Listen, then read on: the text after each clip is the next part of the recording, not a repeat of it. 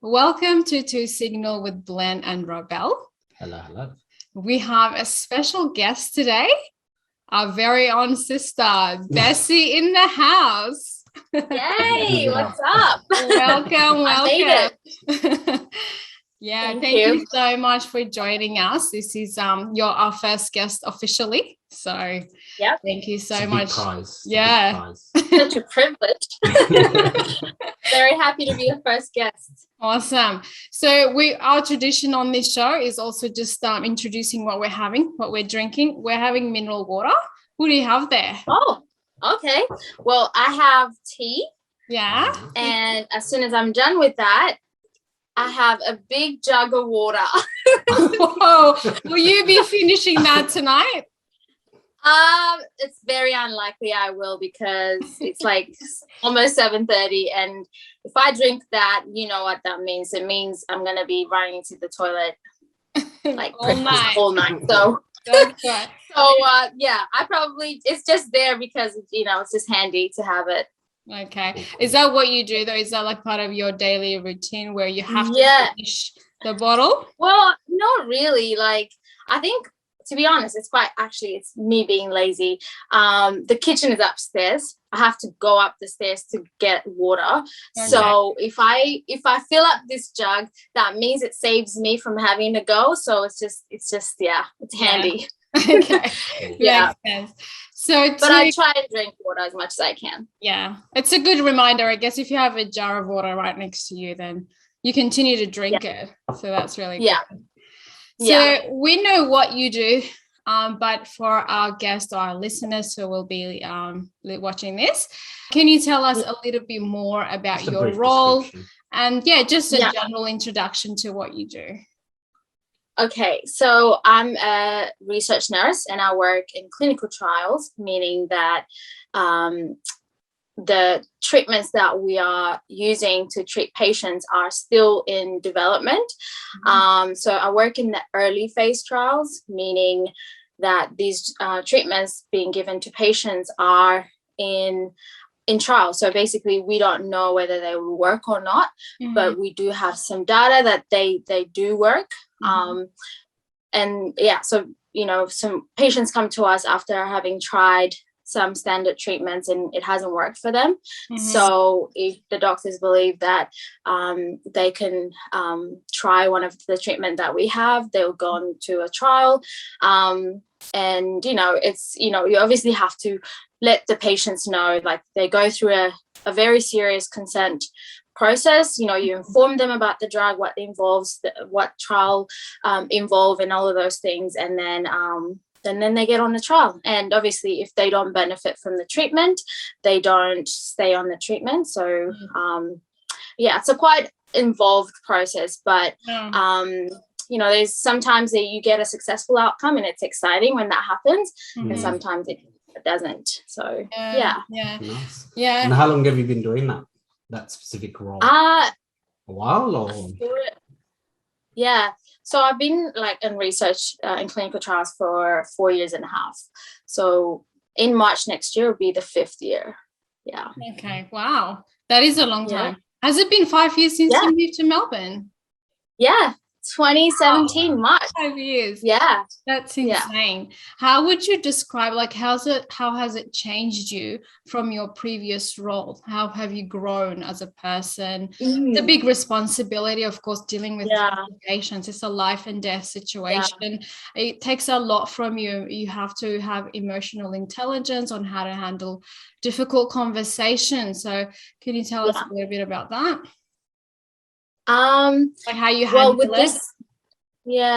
With this job, like how it's different to the previous one is that, because it's you have a lot of responsibility, in terms, with my previous job as a nurse, you go on a shift, you get a handover, and then you look after that patient, and as soon as your shift is over, that's it. You don't think about, you've handed over that patient, and that's no longer your responsibility. Whereas with this role, it's an ongoing process. Like you have, sometimes you have 3 to 4 trials depending on how complex they are.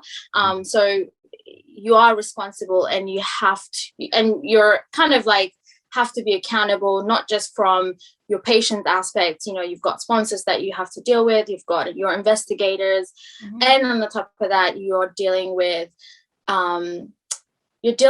a trial drug that is that we don't have a lot of data on. So there's a lot of safety issues involved as well. So there's just so many aspects of the job that makes you have to be on your game. Like you can't really just wing it at all. Like you have to be very like you have to know your stuff, basically. So that, it was intense at the start, but you kind of, that becomes a habit after a while. And I guess in the way how this has changed me is it just made me more you just have to, like, it rubs onto your personal life as well. I can't say I'm perfect at all, but yeah, it just, you become more mindful of other aspects of your life as well when it comes to, just being more careful and responsible. And yeah. Nice. And like for people that are interested in going into your role, like maybe there's other kids out there, what do you think is the path? The path, or maybe you can tell them about your path, or if you know other paths that they could take. I guess like education is always, it opens up a lot of opportunities. You just have to put yourself out there, and like, if you're interested, you just, I think like the first thing is, education would always open the door. Unfortunately, like no matter how intelligent you are, like you need to have that, university degree to let some of the doors open. And not to say that's the only way, because there are definitely other ways as well. But like if you're interested in something, you just have to. Right? Yeah. What about in terms of experience? What'd you say? He said the quickest way. The quickest way is to get a degree, would you say, rather than? The quickest way to get a degree, is it? No, like to get to what you're doing, the quickest way would be like to go through, get a degree, then follow sort of that path that you went on. Yeah, like pretty much. I think because you've also been to Vietnam for your work experience. Has that helped you I think maybe, I don't know, it's hard to say. I think it might have helped. I mean, like volunteering in Vietnam, like that might have helped to a degree, I think. I think so. I think like the thing is, when recruiters are looking at your resume, they're not only just seeing what you've studied or what your degrees are. Like they're also looking at like a type of person you are, because that comes with, like, I mean, at the end of the day, your degree can be great, but your character, your personality, your experience, the type of person you are is what's going to eventually help you in the job. And like not just that your employees, your colleagues, but also your patients, because you're going to be exposed to like lots and wide range of peoples with different backgrounds. So having that wider experience and knowledge, and like just having that that experience, I think will help you relate and find makes your day-to-day life a bit more easier if you can just relate to people. Do you know what I mean? Yeah. And sometimes help.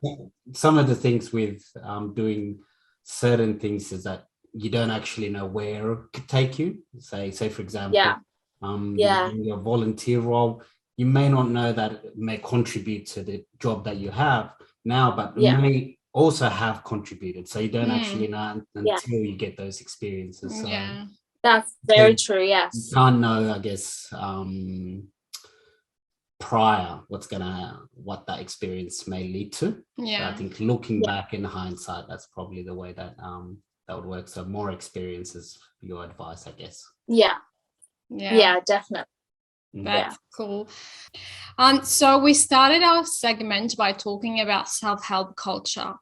So self-help culture includes like motivational speakers, life coaches. We're not talking about like self-help in terms of the technical things, like people who show you how to cook or how to do certain things, but not things that are like psychological help. You know, how to overcome a difficulty that is in your mind or something like that. In the beginning, I feel like this is like 10 years ago, it had credibility. Like you listen to those people. I feel now that industry is saturated and everyone's sort of trying to tell you how to cope with your problems and things like that. And we think it's not really helping anyone. It's just like, you know, it's after motivation, what? It's really what you do. So what's your opinion on that?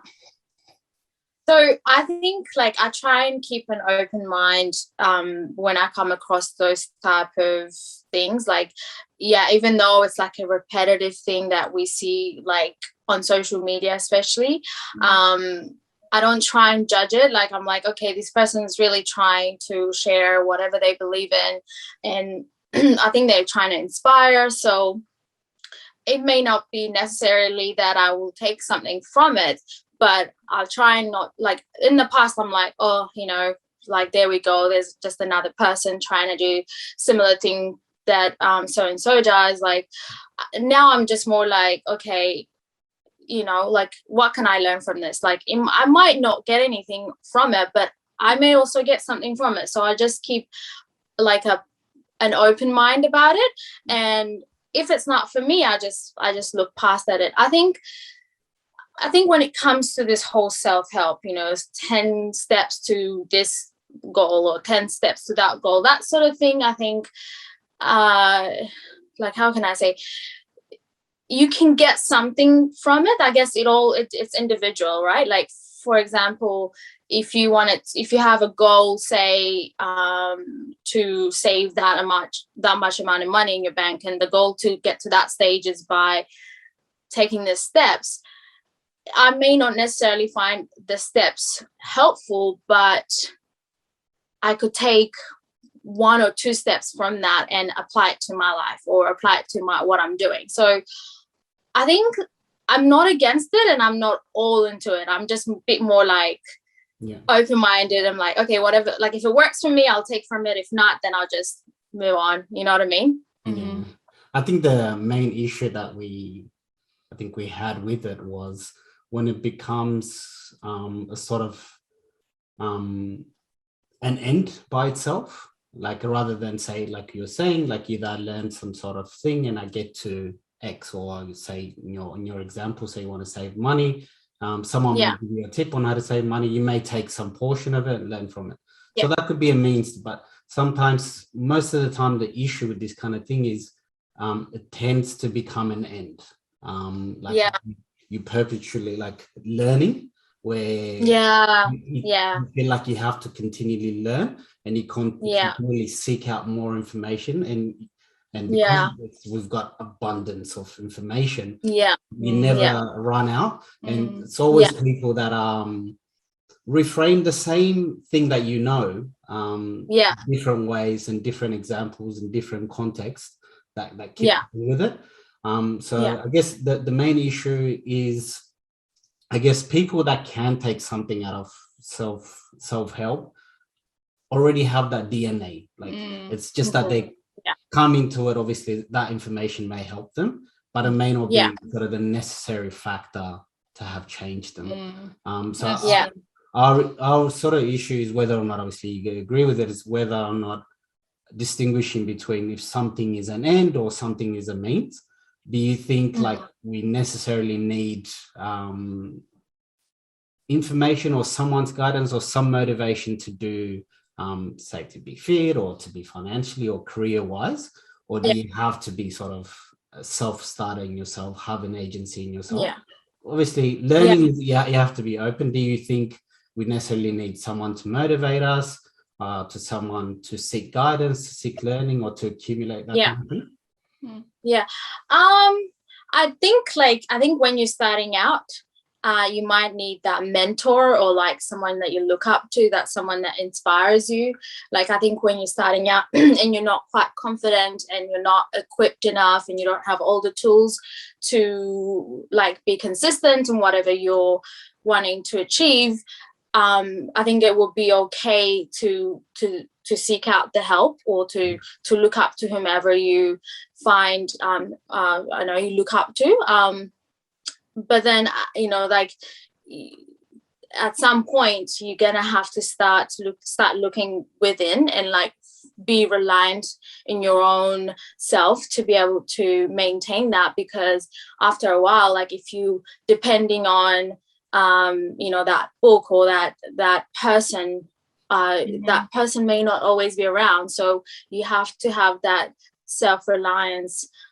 So I'm not against someone, you know, wanting that at the start, but once you get to a stage where you're equipped enough to maintain it, I think you have to do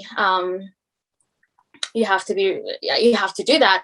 And I think and it's also, I think, look, there's nothing wrong in having a mentor, or there's nothing wrong in having someone that you look up to, because even though you're self-reliant and you know enough and you don't really need that external help, I think because we're humans and we're constantly evolving, I think it's still beneficial to learn from wherever, you know, whomever. So there's also nothing wrong in learning from a mentor or from whomever you aspire to. So yeah, I mean, fair enough, but I think our and we may agree to disagree in some things, and that's why we have you on, so that you can give your piece of opinion. Like where we would meet halfway is that you as a person, you have determination, you have motivation. So if you needed some guidance in some areas, you would seek those things, but you came to help with already a background there. You know, you're not going to 100% rely on this thing or on that person, because you're already, you know, halfway there.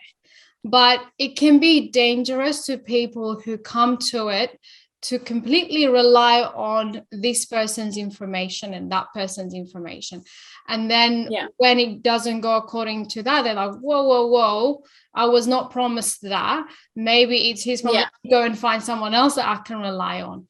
And there's a lot of people who really they rely on these mentor people and things like that. I think what we sort of advocating for, I guess, is like independence in own ability to help the self, like yourself, and not giving so much power to external, like to people who pass. I agree with that.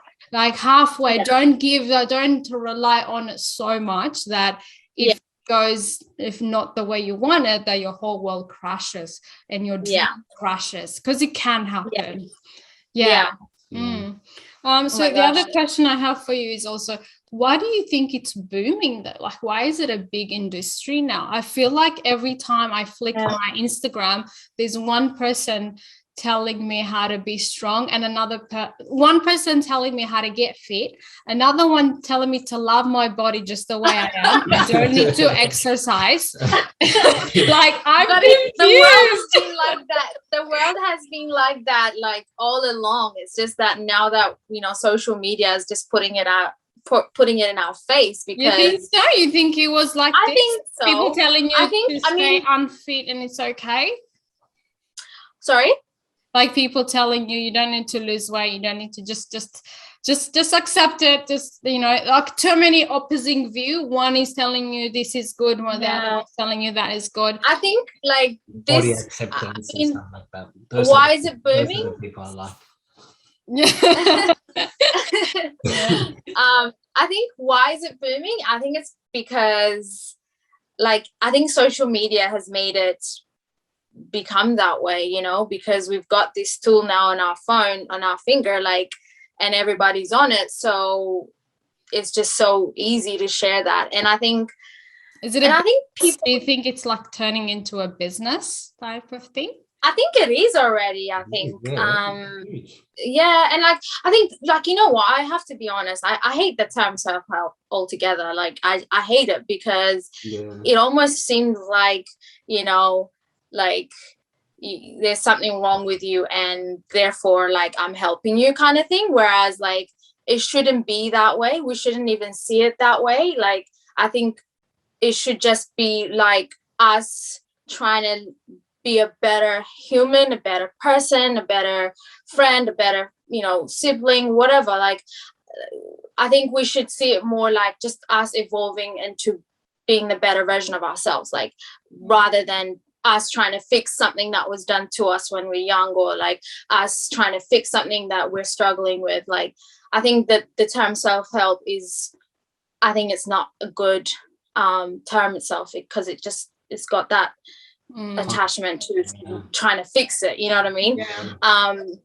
But I think when it comes to why is it so like in your face, I think it's because I think that's just like, it's just this generation is just more obsessed with that. I feel like, I think I mean, that also again puts a negative thing to it, but are we becoming I think social more media reliant? has a lot to do with it. Sorry? Are we becoming more reliant on external knowledge, or is it like a bit like they're taking advantage of this thing? And if it's a business, then how genuine is the advice? You know, there's all of that as well. Yeah. I guess who you're sourcing it from then, which is why you have to have a really good filter through what you're feeding yourself. Like, you know, for me, like, I really pick out who I follow on my social media, for example, you know, because so that I don't have to find myself, I'm like, what is this, you know? And I think it depends on like you as well, like what is important to me, like what is my values, like why would I want to follow this person or that person or this thing, you pick out those things. And it's because like also there's no barrier, right? Like I can pick up a camera and say, hey, like everybody, let's get healthy, or like I don't need a qualification, do you know what I mean? Like I need to be a psychologist to help you, like there's something wrong with you. And we kind of gone, because it's social media, like we tend to pick on the success part of it, and success could be like wealth or money or career.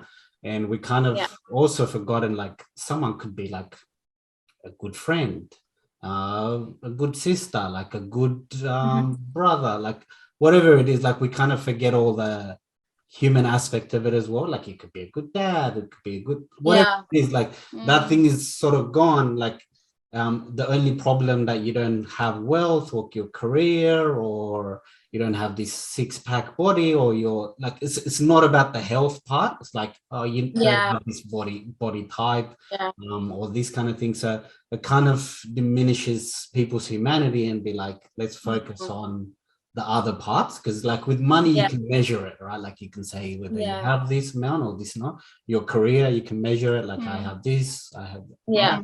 So I think, and also because there's no barrier to qualify people, like anybody can pick up a camera, can pick up their phone now and just be like, hey, like I've got a tip for you. There's the 7 steps to this thing, you know what I mean? So I think you know what though, like I actually like, it can be dangerous, but at the same time it's actually can be like really good as well, because imagine like there might be so many talented people out there that could actually share something, and this platform has, you know, given them an opportunity to do that. So it's like, it's good and bad. It's good and bad. And it's up to the person who's listening to filter out, I guess, as you said. Filter out the good advice from the bad, the scammer from the real, the talented from the fake. Just, you know, that's what you're saying. Yes, that's pretty much what I'm saying. It like, it can be a dangerous place, but it also can be a good place as well, just for everyone to have their voice, you know. Like I think that's one thing that that social media has done is like it's given us all a voice. Like we all can share what we feel. And yeah, exactly. That's exactly what we're doing here as well. Exactly. That's right. Sure. So, and the other topic we discussed about was identity. And our point, or the point we were trying to make, is that we go through life finding identity, like belonging to a certain group. We can start off with our race, you know, I'm a Black woman, I'm this. If I'm a woman, I'm a feminist.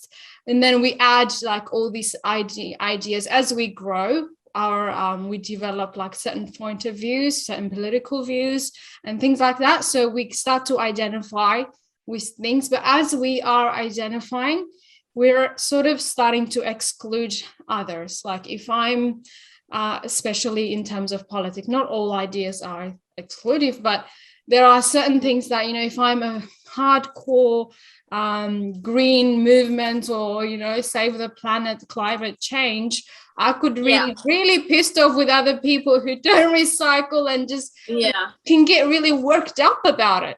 The people who are vegans get really worked up when they see somebody wearing a fur and things like that. And it can get very dangerous, especially if it's ethnic or religion, because people actually kill in those things.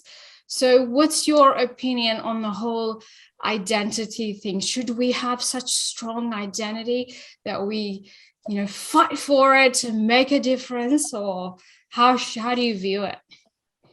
I think because we're all individual and come from different backgrounds and we all have different values, it's, you know, we're not going to be on the same page about every single thing. You know, we're going to have our own opinion about certain things, and we're going to identify a certain way, you know, that's different to the other person. But I think the only way to exist together in peace is accepting, like, you know, just because I believe in this and this is how I see things doesn't mean so and so has to have similar views as me. You know, just because I'm a vegan and I hate the fact that we're killing animals, doesn't mean that my opinion has to really be more valuable than the other person who believes that it's okay to eat meat and kill animals, you know. So the only way, I guess, like, have your identity, have your values, and, you know, let them, like, if, you know, don't be ashamed of them, like, be okay with saying who you are, be okay with how you identify, but then just don't force it onto others. It's okay to be open and discuss about things that, you know, it may not be unnecessarily comfortable with people. I think you'll be able to share with them certain things that they didn't know about, so like a different topic that might make them a bit more open-minded. But I think identity, like, it's okay to have identity, because without identity, like, you know, you could be lost. So I think it's okay to have identity. I think it's more just don't force it on others, like, or just be accepting and willing to appreciate other people, even if you don't agree with their values. Do you know what I mean? Does that make sense? No, makes sense. I mean, the like you said, like, the issue is if you try whatever you identify with, like we all, to some extent, I guess, like, if you look at human history, like, we had to identify in groups, or we had to be in certain groups, or like certain clans to be able to survive. Like, when you hunt in groups, right? But the thing is, when it gets to something like ideological, right? Like, or like some concept about who you think you are, and when you try and enforce that onto someone else, like, whatever thing you are, it doesn't have to be something that's religiously yours, and it doesn't have to come from a place of morality or righteousness.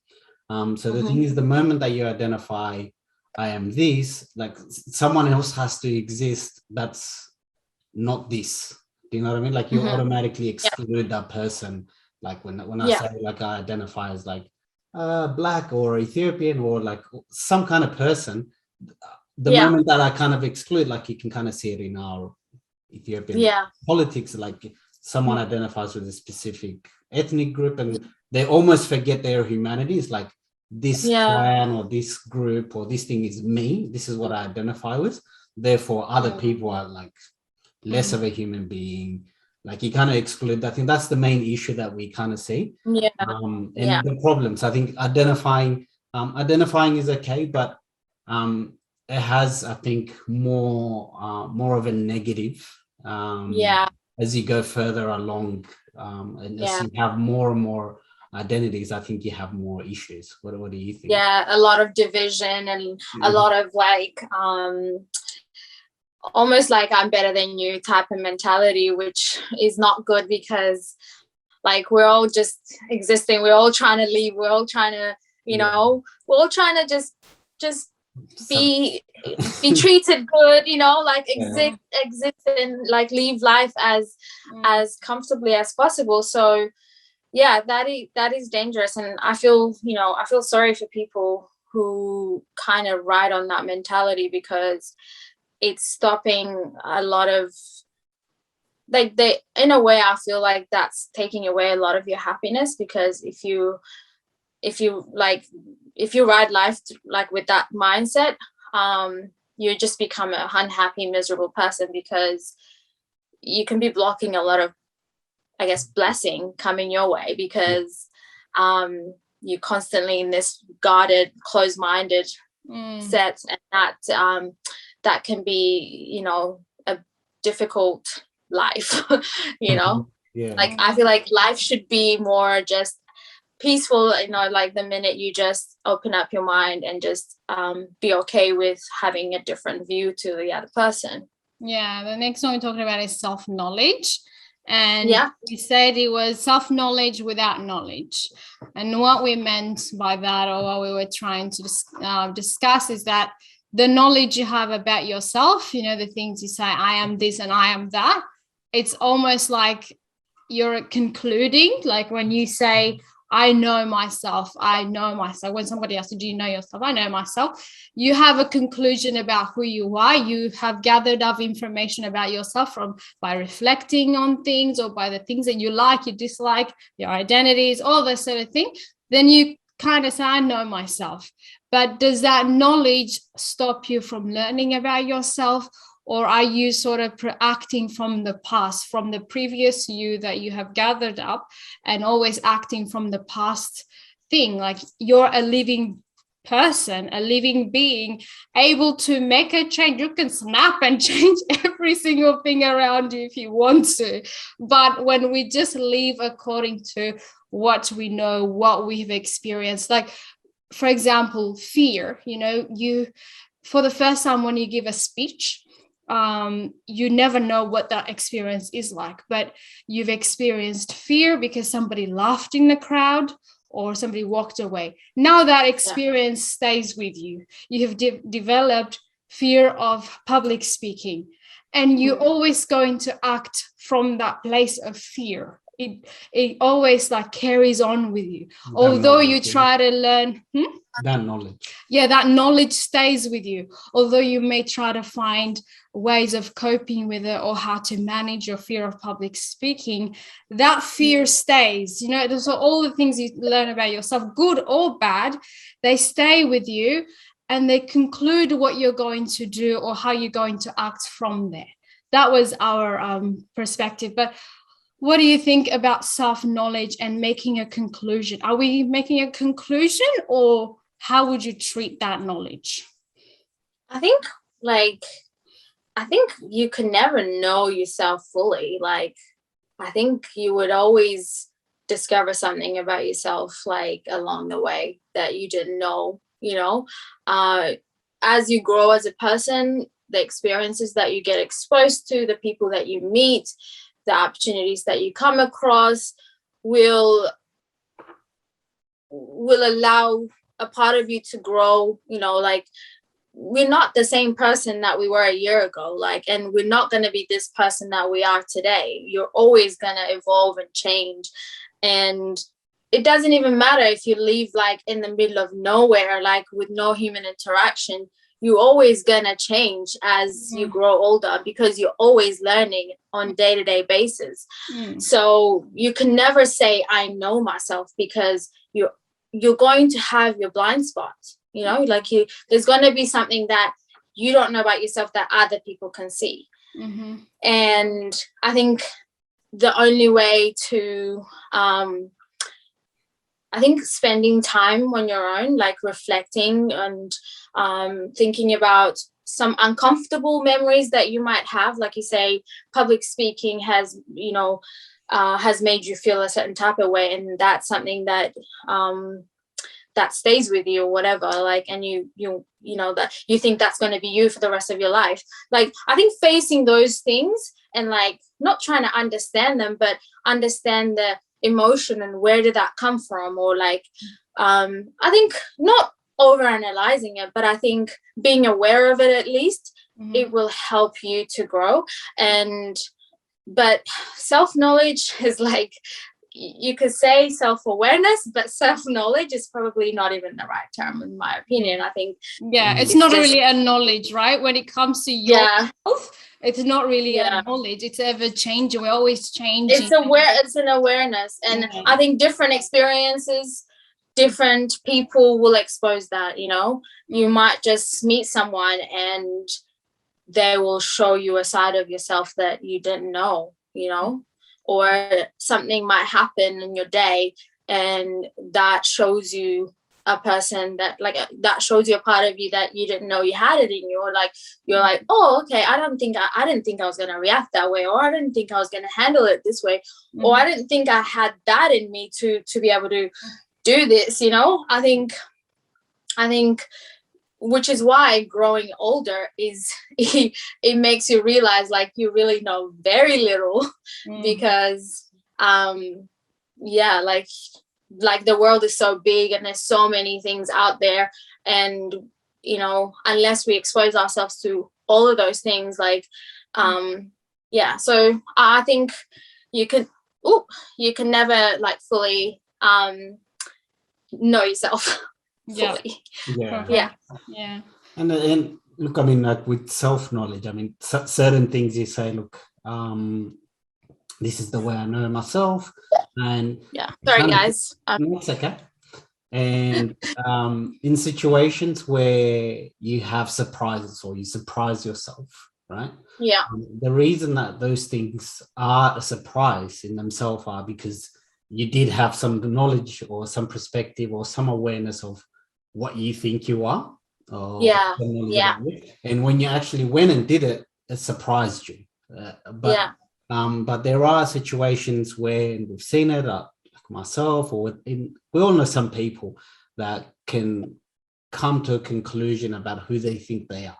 Like either past trauma defines them, or they just go on to a particular experience, situation that defines who they think they are, and that kind of closes them, and they say, look, I know myself, I don't do well in crowd situation, or you know, because you've had one bad experience in a crowded situation, you say, look, I'm an introvert, I don't deal with people, I'd rather be by myself.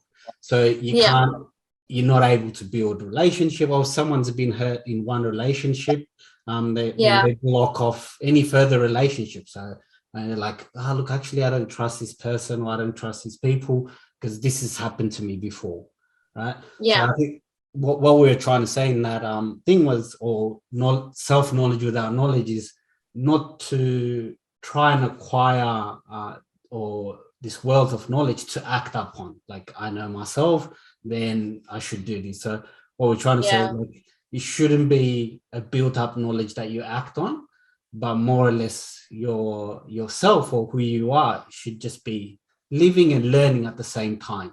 Is what we were sort of trying to say, and which you kind of mentioned as well. Thank you so much for doing this. It was great. Thank you. Great discussion. Hey guys, thank you so much for tuning in and watching our videos. If you like our videos, don't forget to subscribe, like and comment. We'll see you next time.